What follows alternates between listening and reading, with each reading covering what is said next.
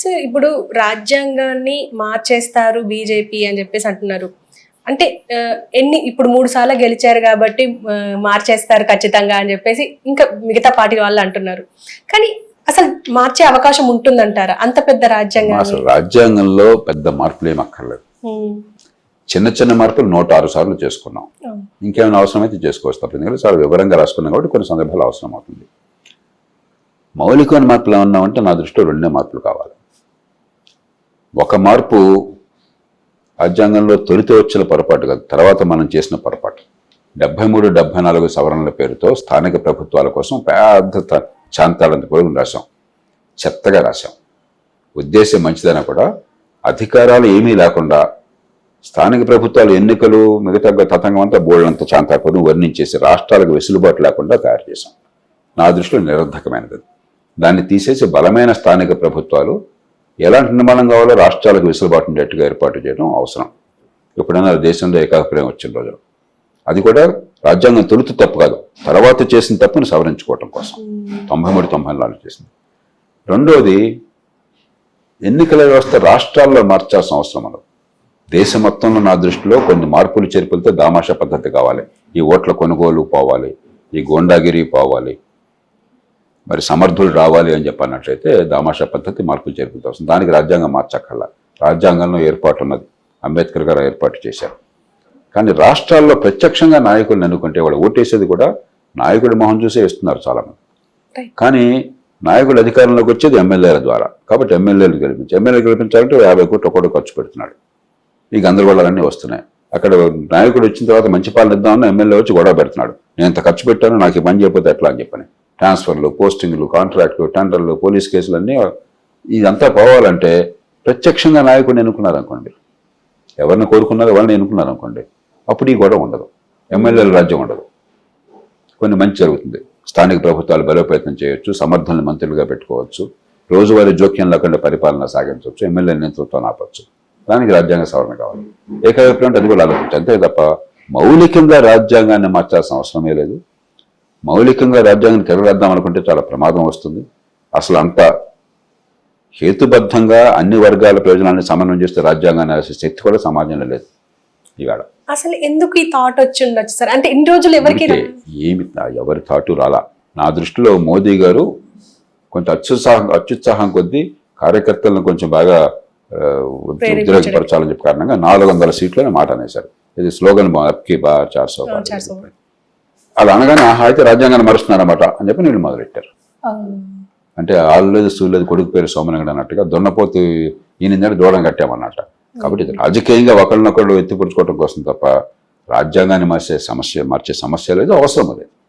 Sir, పిల్లలు చదువుకునే పుస్తకాల మీద ఈ చీఫ్ మినిస్టర్ ఫోటో కానీ అలాగే విద్యాశాఖ మంత్రి వాళ్ళ ఫోటోలు కానీ ఎక్కువగా నడుస్తున్నాయి. చాలా తప్పదు. అసలు ఎన్నికైన వాళ్ళ ప్రచారం కోసం ప్రజాధనాన్ని ఉపయోగించడం చాలా సిగ్గుమాలిన చర్య, నీతిబాహ్యమైన చర్య. ల్యాండ్ రికార్డుల్లో వీళ్ళ ఫోటోలు ఉంటున్నాయి. కొందరు చెప్పారు నిజం కదా, బర్త్ సర్టిఫికేట్ లో కూడా వాళ్ళ ఫోటోలు ఉంటున్నాయంట.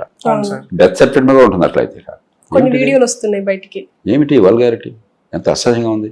సుప్రీంకోర్టు ఇప్పుడు తీర్పిచ్చింది, అసలు ఎన్నికైన వాళ్ళ ఫోటోలు ప్రకటనలు ఉండకూడదు, ఒక ప్రధానమంత్రి కూడా మినహాయించారు. నా దృష్టిలో అది కూడా అవసరం లేదు. ఎందుకు ఉండాలా? ప్రజలకు ఏమన్నా పనికొచ్చే సమాచారం అందించాలంటే ప్రకటనలు వచ్చి తప్పితే నీ మొహం ప్రజల ముందు కల్పించడం కోసం చావగొట్టడం, ప్రజల ధనం చేసుకోవడం ఏంటి, నువ్వు గుర్తు తీర్చుకోవడం కోసం చెప్పని ముందు ఆ కల్చర్ పోవాలి. అందున ఈ పర్మనెంట్గా ఉండే డాక్యుమెంట్స్ ఉన్నాయి, దానిలో ఈ ఎంత చాలా ఒక లేఖి సాంప్రదాయం, దాని నుంచి బయటపడాలి. సార్, ఇప్పుడు ఈసారి ఎన్నుకోబడ్డ మంత్రులందరూ అంటే కేంద్రంలో 28 మందికి క్రిమినల్ కేసెస్ ఉన్నాయి. కానీ ఈ క్రిమినల్ కేసెస్ కోసం మీరు కూడా వర్క్ చేశారు, ఎలక్టరల్ రిఫార్మ్స్ అని చెప్పేసి. అంటే అసలు నేరస్తుల జాబితాలను బయట పెట్టింది మొట్టమొదటిగా లోక్సభ వచ్చింది. దానివల్లనే ఈ నేరచతురాలు బయట పెట్టే చట్టం వచ్చింది. అసలు ఎలా సార్, అంటే ఇలాంటి క్రిమినల్ కేసెస్ ఉన్నా కూడా ఎందుకు పార్టీలోకి తీసుకొని మళ్ళీ ప్రజల్ని అంటే మనల్ని పాలించే అవసరం ఏమొచ్చింది? అంటే ఇప్పుడు కేసులు వివరంగా చూస్తే తప్ప మనం చెప్పలేం. ఎందుకంటే కొన్ని సందర్భాల్లో సెక్షన్ 144 ఉల్లంఘించారు. ఏదో మన దేశంలో ఉద్యమాలు అనగానే రస్తా రోకోలు గొడవ చేయడం అలవాటు అయిపోయింది. అలాంటి కేసులు కావచ్చు. కాబట్టి నేను కేసు వరకు చెప్తాను, కేసుల వరకు చూస్తే పని చెప్పలేను. కానీ స్థూలంగా నేరస్తులు రాజకీయాల్లోకి వస్తున్నమాట వాస్తవం. ఎగ్జాక్ట్లీ నేను అదే అంటున్నా. దాని పోవాలి అని చెప్పంటే మనం కొంచెం లోతుకి వెళ్ళాలి. ఎందుకు వస్తున్నారు నేరస్తులు రాజకీయంలోకి? బయట ఉంటే నేరస్తులు పోలీసులు చూసి భయపడుతున్నాడు. రాజకీయంలో రాగానే పోలీసులు నేరస్తులను చూసి భయపడి సలాం కొడుతున్నారు. ఎందుకంటే వాళ్ళ ట్రాన్స్ఫర్లు, పోస్టింగ్లు ఇవన్నీ వీళ్ళ చేతుల్లో ఉన్నాయి. కాబట్టి అధికారంలోకి వస్తే పోలీసు వాళ్ళు గులాములు అవుతారు. మీకు కావాల్సిన వాళ్ళు రక్షించుకోవచ్చు, మీ మీద కేసులు మాఫీ చేయించుకోవచ్చు, మీ ప్రత్యర్థుల మీద కేసులు పెట్టచ్చు. ప్రపంచంలో ప్రజాస్వామ్యాలు ఎక్కడ అట్లా లేదు. చట్టబద్ధ పాలన నిజంగా ఉందంటే అధికారంలో ఉన్నవాడు చట్టాన్ని శాసించలేడు. ప్రస్తుతం ఉదాహరణకి ఒక చిన్న కేసు అమెరికా రాష్ట్రపతి బైడెన్ గారి కుమారుడి మీద పెట్టారు. ఏం కేసు అది? ఆ దేశంలో అందరికీ తుపాకులు ఉంటాయి, జనాభా కంటే తుపాకులు ఎక్కువ ఉన్నాయి. ఈయన కూడా ఒక తుపాకీ ఉంది. తుపాకీ కొనేటప్పుడు సమాచారం అడుగుతారు. ఒక చిన్న విషయం దాన్ని రివీల్ చేయాలి ఆయన. తుపాకీ కొనేప్పుడు ఫలాంది ఉందా నీకు, ఫలాంది చెయ్యి అని అడుగుతారు. ఒక కాలంలో ఎక్కడ నో అనేది రాశాడు, అంతే. ఆయనకు ఇప్పుడు నేరస్తుడిగా ఆయన ప్రభుత్వం, తండ్రి రాష్ట్రపతిగా ఉన్న ఫెడరల్ ప్రభుత్వం ఆయన ప్రాసిక్యూట్ చేసింది. మొన్ననే ఆయన నేరస్తుడిగా తేల్చారు, రేపు శిక్ష పడబోతోంది. రాష్ట్రపతి బహిరంగంగా ప్రకటించాడు, నా కొడుకు నేను క్షమాభిక్ష ప్రసాదించను, ఒకవేళ జైలు శిక్ష పడ్డా కూడా నేనేం చేయనని చెప్పాను. మన దేశంలో మీరు ఊహించగలరా? అమెరికా రాష్ట్రపతి చాలా చిన్న కేసు, ఒక క్షణంలో కేసు లేకుండా చేయొచ్చు. పోనీ శిక్ష పడిన తర్వాత క్షమాభిక్ష ప్రసాదించవచ్చు. ఇప్పుడు ఈ వారం జరుగుతుంది అది. మనం ఒక నీతి భాష్యమైనటువంటి దీనిలో ఉన్నాం. అధికారం అంటే ఆ పదవిలో ఉన్నవాడు పెత్తందారి స్వభావం, ఒక ఫ్యూడల్ స్వభావం తప్ప, చట్టాన్ని దుర్వినియోగం చేయడం తప్ప, బడితున్నవాడిది బర్రె తప్ప చట్టబద్ధ పాలన లేని దేశం ఇది.